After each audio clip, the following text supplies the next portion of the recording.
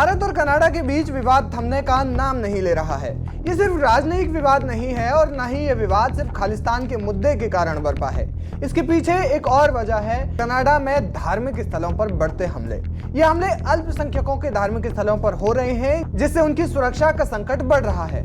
Media reports के मुताबिक Canada में हिंदू मंदिरों में हमले और तोड़फोड़ के मामलों में कमी नहीं आ रही है, जो अल्पसंख्यकों के हितों के लिहाज से बेहद चिंताजनक है। ये सब होने के बावजूद कनाडा इसको लेकर के कोई ठोस कदम नहीं उठा रहा है, उल्टा खालिस्तानी आतंकवाद को पनाह देने में जुटा हुआ है। लेकिन भारत और बांग्लादेश ने इस मुद्दे पर कनाडा को बुरी तरह धो दिया है। दोनों पड़ोसी मुल्कों ने कनाडा में हो रहे इन हमलों को लेकर यूएन में कनाडा को नसीहत भी दी और साथ ही खूब लताड़ लगाई। संयुक्त राष्ट्र में मानवाधिकार परिषद की समीक्षा बैठक में जिस दौरान इन प्रस्तावों को पेश किया गया, उस वक्त भारत और बांग्लादेश के साथ श्रीलंका के राजनयिक भी वहां पर मौजूद थे। उन्होंने प्रस्तावों पर अपनी सिफारिशें दी। भारत के राजनयिक मोहम्मद हुसैन ने इस दौरान नेशनल हाउसिंग स्ट्रेटजी एक्ट और एक्सेसिबल कनाडा एक्ट जैसे विधायी अधिनियमों की जानकारी यूएन को दी, जिस पर कनाडा को उन्होंने कहा कि काम करने की जरूरत है। इस बैठक में मोहम्मद हुसैन ने कहा, भारत कनाडा को सिफारिश देता है कि वो अभिव्यक्ति की आजादी के गलत इस्तेमाल को रोकने, हिंसा भड़काने और उग्रवाद को बढ़ावा देने वाले समूहों की गतिविधियों को रोकने के लिए घरेलू ढांचे को मजबूत करे।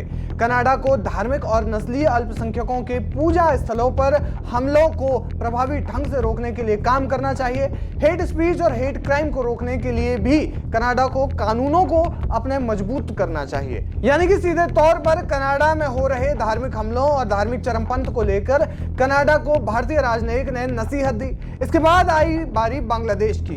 बांग्लादेशी राजनयिक अब्दुल्ला अल फरहाद ने कनाडा में बढ़ रहे हेट स्पीच, रंगभेद, हेट क्राइम और प्रवासियों एवं अल्पसंख्यकों पर हो रहे अपराधों को लेकर सीरियस एक्शन लेने की बात कही। इसके अलावा उन्होंने क्लाइमेट चेंज पर भी अपनी चिंता जताई। उन्होंने कहा, कनाडा को कार्बन उत्सर्जन कम करने के लिए जरूरी उपाय करना चाहिए। उसे जलवायु परिवर्तन को नकारात्मक प्रभावों से निपटने में अंतर्राष्ट्रीय सहयोग को मजबूत करना चाहिए। सभी प्रवासियों, मजदूरों और उनके परिवारों के सदस्यों के अधिकारों की सुरक्षा पर अंतर्राष्ट्रीय कानून का पालन भी कनाडा को करना चाहिए। अल्पसंख्यकों पर हो रहे जो धार्मिक अपराध हैं, उनको भी कनाडा को कम करना चाहिए। आपको बता दें, कनाडा में अल्पसंख्यकों पर बढ़ रहे हमलों में कमी नहीं आ रही है। भारत और कनाडा के बीच बढ़ रही तकरार में ये भी एक अहम वजह मानी जा रही है। ऊपर से कनाडाई सरकार का इस मुद्दे पर नरम रुख रिश्तों में ज्यादा खटास लेकर आ रहा है। फिलहाल इस खबर पर क्या है आपकी राय, हमें कमेंट करके जरूर बताएं। वीके न्यूज, राष्ट्र के नाम।